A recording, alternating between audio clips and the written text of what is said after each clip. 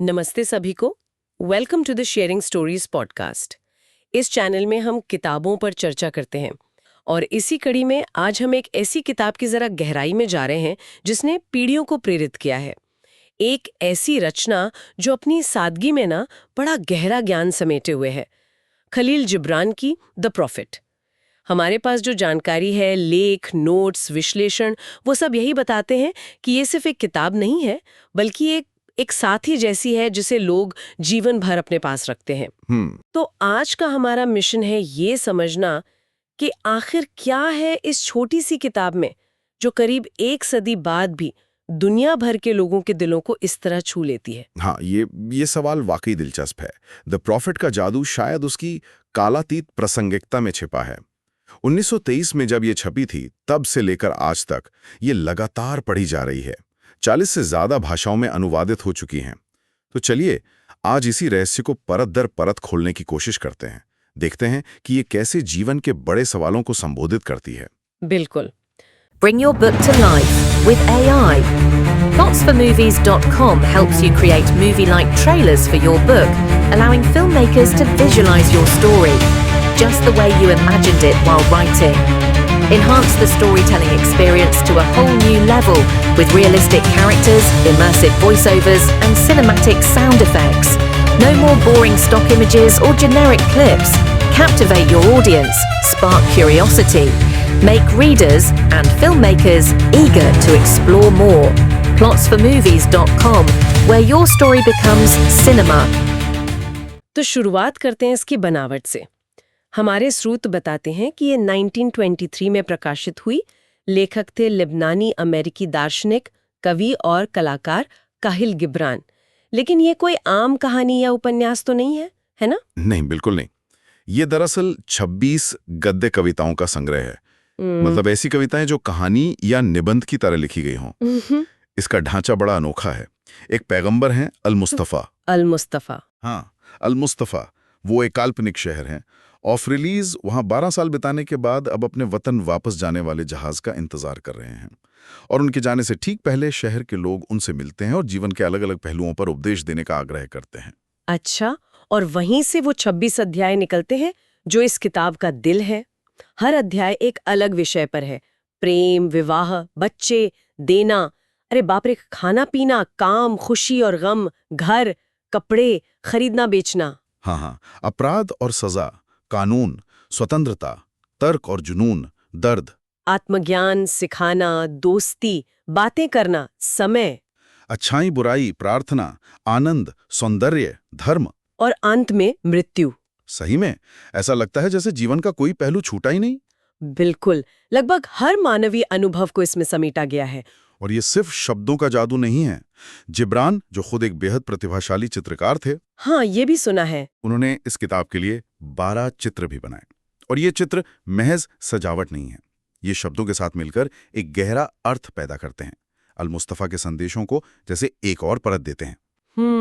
ये बात भी गौर करने लायक है कि जिब्रान ने इसे लिखने और संवारने में कितना 11 साल से ज्यादा का वक्त लगाया।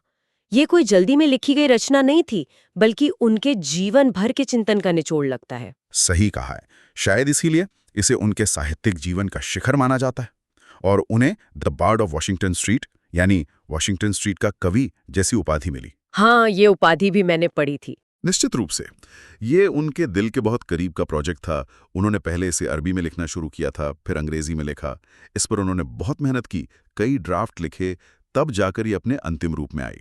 और इसकी वैश्विक पहुंच, जरा सोचिए, 40 से ज्यादा भाषाओं में अनुवाद और 20वीं सदी के सबसे ज्यादा पढ़ी जाने वाली किताबों में से एक होना, ये किसी भी लेखक के लिए एक सपना सच होने जैसा है। हाँ, और ये भी सोचिए कि अंग्रेजी उनकी पहली भाषा नहीं थी, फिर भी उन्होंने अंग्रेजी गद्य में इतनी काव्यात्मक और प्रभावशाली रचना की। ये तो कमाल है। चलिए, अब इसके मूल विषयों और शैली पर थोड़ी और गहराई से बात करते हैं। वो कौन सी केंद्रीय बात है जो इन सभी 26 अलग-अलग अध्यायों को एक धागे में पिरोती है? देखिए, मेरे ख्याल में इसका जो केंद्रीय तत्व है वो है मानवता और दिव्यता के बीच एक सहज आध्यात्मिक एकता का विचार। जिब्रान किसी संगठित धर्म की तरफदारी नहीं करते, बल्कि एक आंतरिक आध्यात्मिकता की ओर इशारा करते हैं जो हर इंसान में मौजूद है। आंतरिक आध्यात्मिकता। हाँ, और वो कहते हैं कि जीवन की समग्रता को स्वीकार करना जरूरी है। खुशी और दुख, अच्छाई और बुराई, ये अलग अलग चीजें नहीं, बल्कि एक ही सिक्के के दो पहलू हैं। ये संतुलन वाली बात, ये बहुत आकर्षक लगती है। जैसे वो कहते हैं, तुम्हारा दुख तुम्हारी खुशी का ही नकाब उतरा हुआ रूप है। लेकिन एक मिनट, ये नजरिया आज की जटिल, अक्सर ध्रुवीकृत दुनिया में कुछ ज्यादा ही सरल या कहें तो आदर्शवादी नहीं हपता, जहां हम चीजों को सही या गलत, अच्छा या बुरा में बांटने के आदी हो गए हैं। नहीं, ये एक महत्वपूर्ण सवाल है, और शायद जिब्रान की यही खूबी है कि वो इस जटिलता के बीच भी एक सरल, मौलिक सत्य की ओर इशारा करते हैं। वो ये नहीं कह रहे हैं कि दर्द अच्छा है या बुराई स्वीकार्य है, नहीं, बल्कि वो ये कह रहे हैं कि ये जीवन के अनुभव का हिस्सा है। अच्छा, जैसे बिना रात के दिन का महत्व नहीं समझा जा सकता, बिल्कुल, वैसे ही दुख के अनुभव के बिना खुशी की गहराई महसूस नहीं की जा सकती। उनका संदेश संतुलन खोजने का है, चरम सीमाओं से बचने का। ये एक तरह से आप देखें तो पूर्वी दर्शन, जैसे ताओवाद का यिन और यांग है ना, हाँ, यिन और यांग, बिल्कुल, उससे भी मेल खाता है, जहां विपरीत शक्तियां एक दूसरे की पूरक होती हैं। तो ये सिर्फ सांत्वना देना नहीं है, बल्कि जीवन की वास्तविकता को एक बड़े पर्सपेक्टिव में देखने का नजरिया है। और जिस तरह से वो ये बातें कहते हैं, वो शैली, वो भी तो खास है। दार्शनिक, काव्यात्मक, ध्यानपूर्ण, ये शब्द इस्तेमाल हुए हमारे स्रोतों में। हाँ, उनकी शैली अनोखी है। भाषा गहरी दार्शनिक है, पर बोझिल बिल्कुल नहीं। उसमें एक काव्यात्मक रवानी है, जैसे शब्दों से संगीत बह रहा हो। पढ़ते हुए एक शांति, एक ठहराव महसूस होता है, जैसे किसी ध्यान की अवस्था में हो। जिब्रान रहस्यवाद, मतलब दुनिया और इंसान के गहरे आध्यात्मिक रिश्तों की बात को नैतिक स्पष्टता के साथ मिलाते हैं। ऐसा लगता है मानो कोई प्राचीन ऋषि आधुनिक भाषा में बात कर रहा हो। और उनकी ये सूत्र शैली, मतलब कम शब्दों में गहरी बात कहने का अंदाज, जैसे सूक्तियां या कहावतें होती हैं, ये भी इसे यादगार बनाती है। एक एक वाक्य अपने आप में एक पूरा विचार है। बिल्कुल, और यही वजह है कि लोग इसे बार बार पढ़ते हैं और हर बार उन्हें कुछ नया मिलता है। ये कोई ऐसी किताब नहीं जिसे आप एक बार पढ़कर शेल्फ पर रख दें। ये जीवन के अलग अलग पड़ावों पर आपका मार्गदर्शन कर सकती है। चलिए अब थोड़ा रुक कर उस शख्स के बारे में बात करते हैं जिसने हमें ये अनमोल कृति दी, खलील जिब्रान। उनका जीवन भी तो उनके लेखन की तरह ही दिलचस्प रहा होगा, है ना? दो संस्कृतियों के बीच का सफर। हाँ, बिल्कुल। जिब्रान का जीवन उनके काम को समझने के लिए बहुत महत्वपूर्ण है। उनका जन्म 1883 में लेबनान के बशरी शहर में हुआ था, जो उस समय ओटोमन साम्राज्य का हिस्सा था। उनका पूरा अरबी नाम था जिब्रान खलील जिब्रान। माहौल धार्मिक और सांस्कृतिक रूप से समृद्ध था, लेकिन हाँ, आर्थिक कठिनाइयां भी थीं। और फिर उनका अमेरिका जाना, वो उनके जीवन और लेखन के लिए एक बड़ा मोड़ साबित हुआ होगा, मुझे लगता है। निश्चित रूप से। वो अपनी किशोरावस्था में माँ और भाई बहनों के साथ अमेरिका के बॉस्टन शहर आ गए। पिता लेबनान में ही रुक गए थे। अमेरिका में उन्होंने कला की शिक्षा ली, अंग्रेजी सीखी, और यहीं से उनके दोहरे सांस्कृतिक अस्तित्व की शुरुआत हुई। वो न्यूयॉर्क पेन लीग के भी सदस्य बने, जो उस समय अमेरिका में अरबी लेखकों का एक अहम मंच था। अच्छा, न्यूयॉर्क पेन लीग। हाँ, वहाँ विचारों का आदान प्रदान होता था और अरबी साहित्य को एक नई दिशा देने पर काम हो रहा था। तो एक तरफ उनकी जड़ें लेबनान में थीं और दूसरी तरफ वो अमेरिकी समाज और संस्कृति का हिस्सा बन रहे थे। इस दोहरी पहचान का उनके लेखन पर क्या असर पड़ा? क्या द प्रॉफिट में इसकी कोई झलक दिखती है? हाँ, बहुत गहरी झलक दिखती है। देखिए, अरब जगत में उन्हें एक विद्रोही लेखक और विचारक माना जाता था। उन्होंने पारंपरिक अरबी काव्य शैली से हटकर गद्य कविता को अपनाया, जिसने आधुनिक अरबी साहित्य को काफी प्रभावित किया। वो सामाजिक और राजनीतिक मुद्दों पर भी लिखते थे। आज भी लेबनान में उन्हें एक राष्ट्रीय नायक का दर्जा प्राप्त है। दूसरी तरफ अंग्रेजी लेखन में, खासकर द प्रॉफिट में, उन्होंने पश्चिम के पाठकों के लिए पूर्वी आध्यात्मिकता और दर्शन को एक सुलभ और काव्यात्मक रूप में प्रस्तुत किया। और ये जो अल मुस्तफ़ा का किरदार है, जो अपने वतन लौटने वाला है, ये शायद खुद जिब्रान की अपनी जड़ों से गहरे जुड़ाव और प्रवासी अनुभव का प्रतिबिंब है। उसमें विदाई का दर्द भी है और ज्ञान साझा करने की इच्छा भी। ये दिलचस्प है कि कैसे उनका व्यक्तिगत अनुभव उनके सबसे प्रसिद्ध काम में ढल गया। और ये जानना कि वो शेक्सपियर और लाउत्से के बाद दुनिया के तीसरे सबसे ज्यादा बिकने वाले कवि हैं, ये तो वाकई हैरान कर देता है ना? ये कैसे संभव हुआ, खासकर तब जब, जैसा आप कह रहे थे, शुरुआती दौर में आलोचकों ने द प्रॉफिट को बहुत पसंद नहीं किया था। हाँ, ये एक विरोधाभास जैसा लगता है। जब द प्रॉफिट 1923 में आई, तो साहित्यिक आलोचकों की प्रतिक्रिया थोड़ी मिलीजुली थी। कुछ ने इसे भावुक या उपदेशात्मक कहकर खारिज भी किया, लेकिन आम पाठकों ने इसे हाथों हाथ लिया। बिक्री लगातार बढ़ती रही। अच्छा। 1930s के दशक में इसकी लोकप्रियता बढ़ी और फिर 1960s के दशक में जो प्रति संस्कृति काउंटर कल्चर का दौर आया, हाँ, 60s का दौर। उसमें तो ये किताब एक प्रतीक जैसी बन गई। 60s के दशक की प्रति संस्कृति, ऐसा क्यों? उस पीढ़ी को इस किताब में ऐसा क्या दिखा? देखिए, शायद कई कारण थे। वो दौर था स्थापित मान्यताओं, संगठित धर्म और भौतिकवाद पर सवाल उठाने का। द प्रॉफिट की व्यक्तिगत आध्यात्मिकता, प्रकृति प्रेम और स्वतंत्रता पर जोर देने वाली बातें, ये सब उस पीढ़ी के विचारों से मेल खाती थीं। अल-मुस्तफ़ा का किरदार किसी सत्ता या संस्था का प्रतिनिधि नहीं है, बल्कि एक स्वतंत्र विचारक है।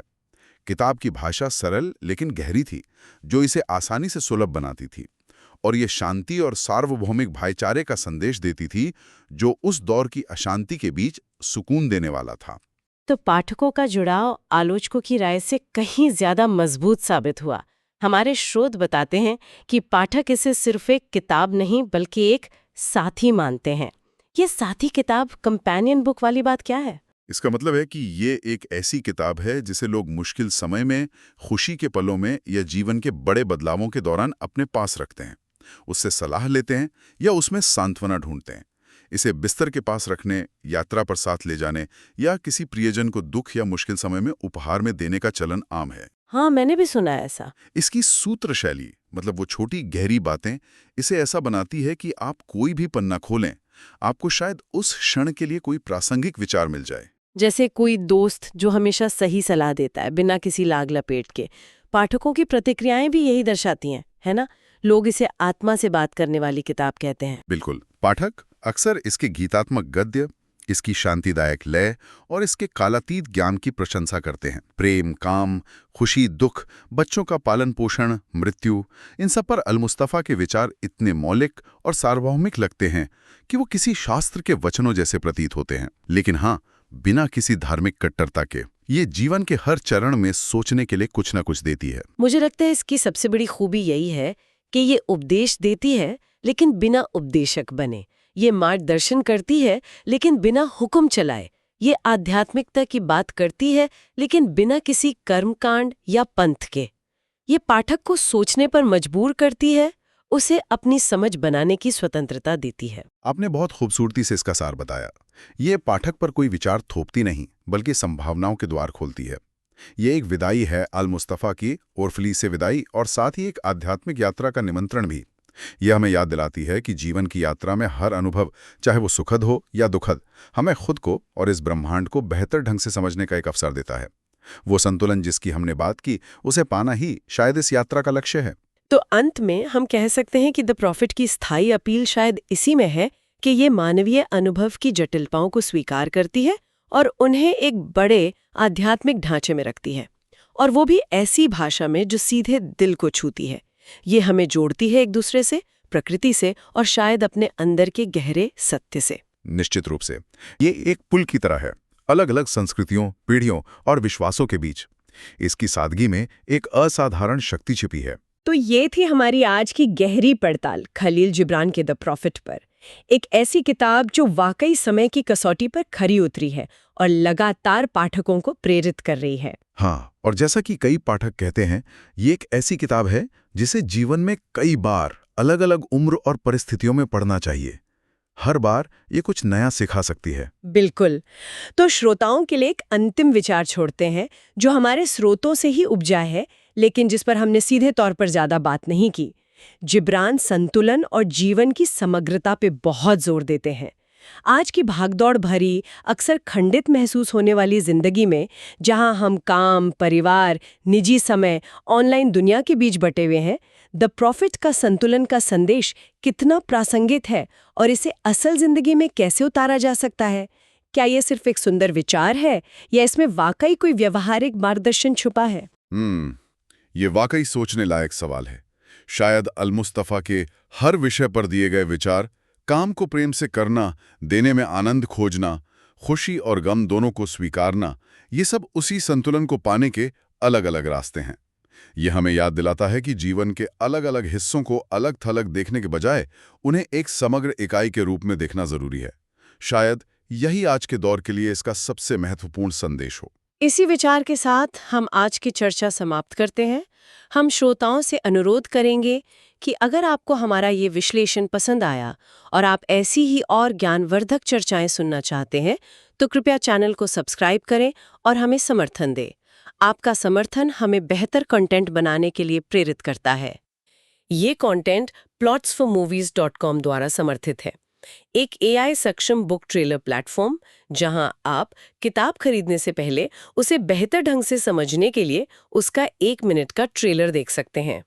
और हम sharingstories.in पे #pushing Indian authors अभियान के माध्यम से भारतीय लेखकों की किताबों को प्रदर्शित कर रहे हैं। ये एक कोशिश है, मतलब भारतीय साहित्य को और लोगों तक पहुंचाने की। हाँ, और अगर आप खलील गिब्रान की द प्रॉफिट को खुद अनुभव करना चाहते हैं तो डिस्क्रिप्शन में दिए गए लिंक से आप इसे खरीद सकते हैं। इसे पढ़ना यकीनन एक अनूठा अनुभव होगा। हाँ, और हमारे पुशिंग इंडियन ऑथर्स अभियान को ध्यान में रखते हुए हम आपसे जानना चाहेंगे, भारतीय लेखकों द्वारा लिखी गई आपकी पसंदीदा किताब कौन सी है? नीचे कमेंट्स में हमें ज़रूर बताएं। हमें आपके सुझावों और विचारों का इंतज़ार रहेगा। सुनने के लिए आप सभी का बहुत बहुत धन्यवाद।